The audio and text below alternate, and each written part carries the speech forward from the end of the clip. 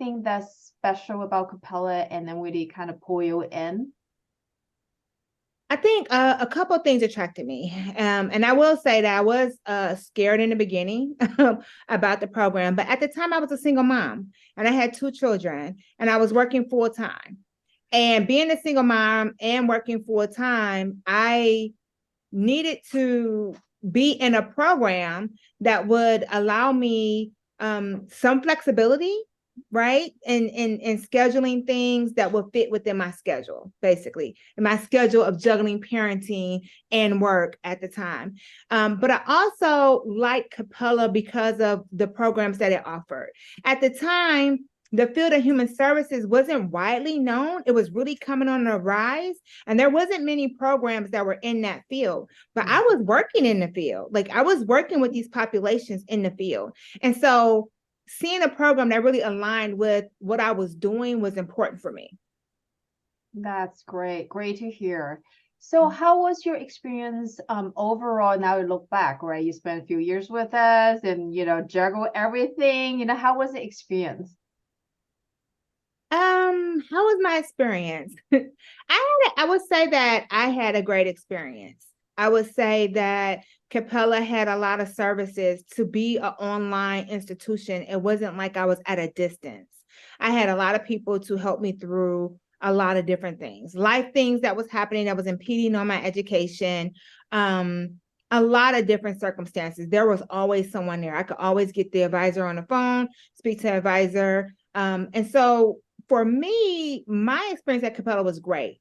I love being able to go to and meet with our cohort, meet people face to face, and actually sit and talk through some of the things that I was working on. The faculty was great. I had great mentors throughout the program. So I can't say anything bad, but I will say that the experience at Capella is all about what you make it, right? It's about you actually reaching out and getting all the resources that are made available to you.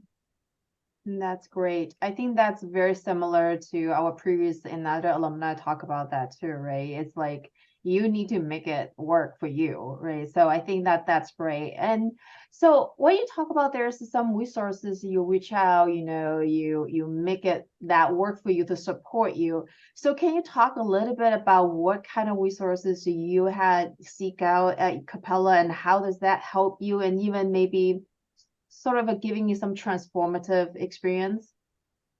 Yes. So one of the things I use the advisor a lot, right? I leaned on the advisor a whole lot. And my advisor at the time directed me into the different services and stuff that I needed to basically engage in to get to where I wanted to go.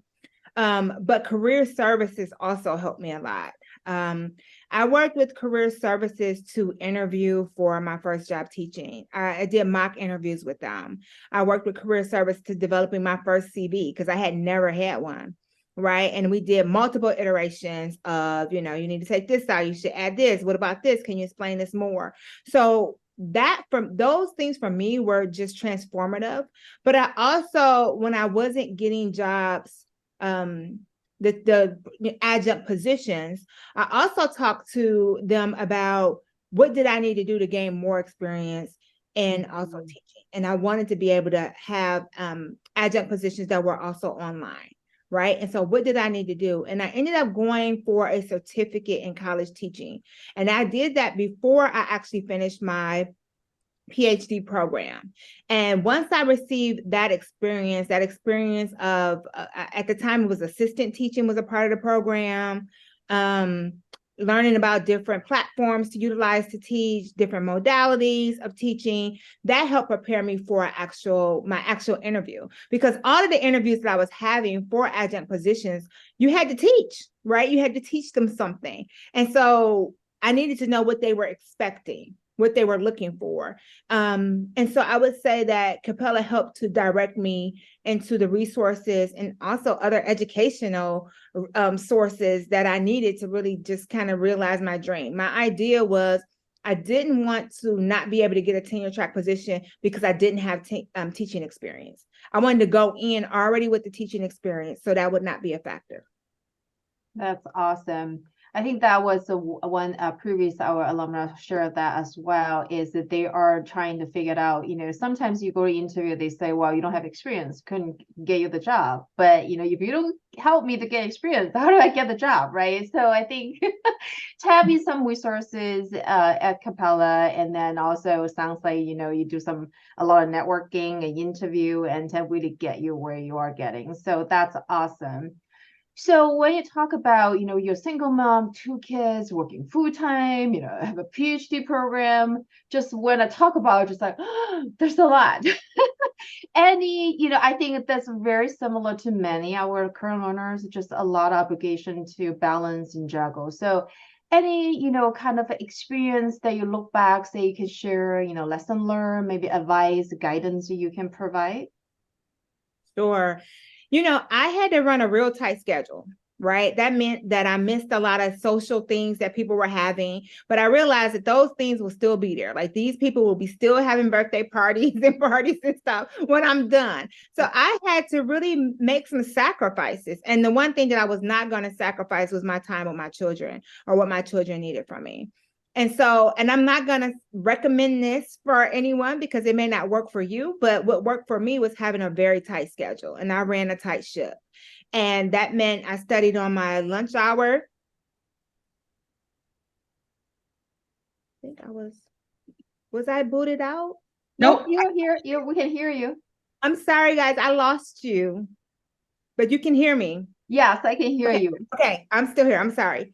So that meant that I had a tight schedule. So I studied on my lunch hour.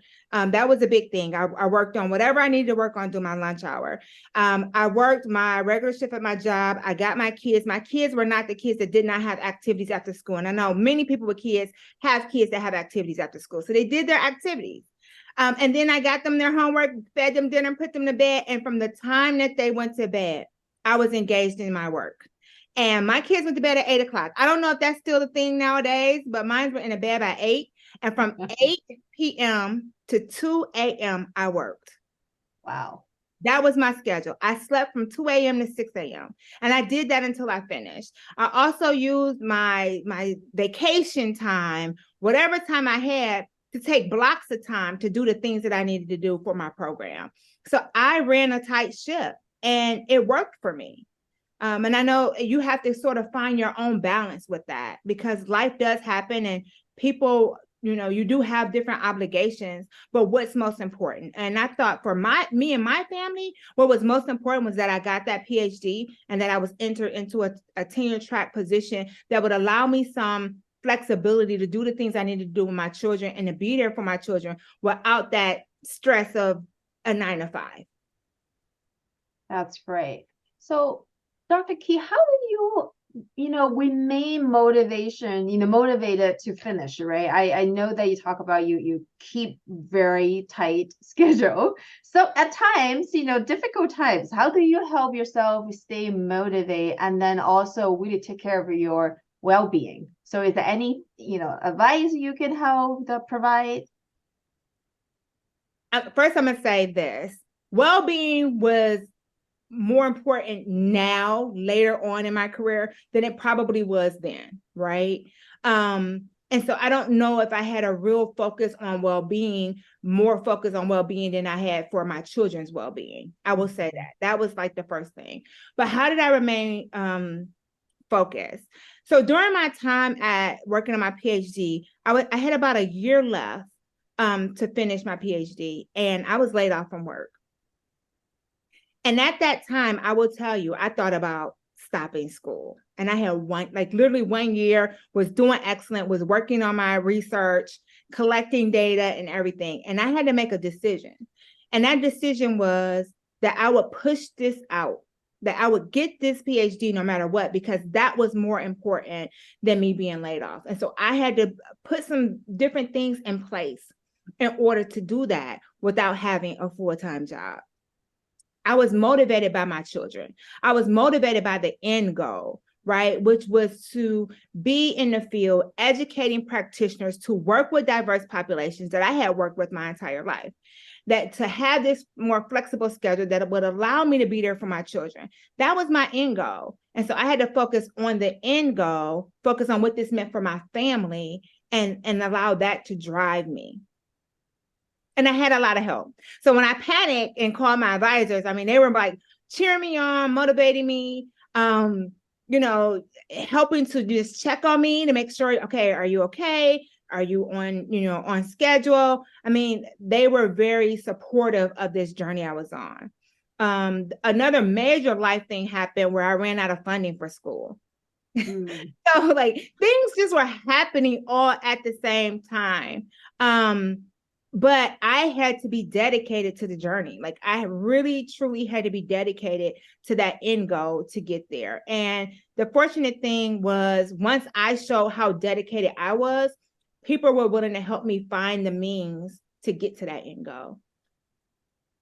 There is so much obstacle in front of you, and you just find you just overcome one by one. So incredible story, Dr. Key. So I think we are very close to the end of our conversation.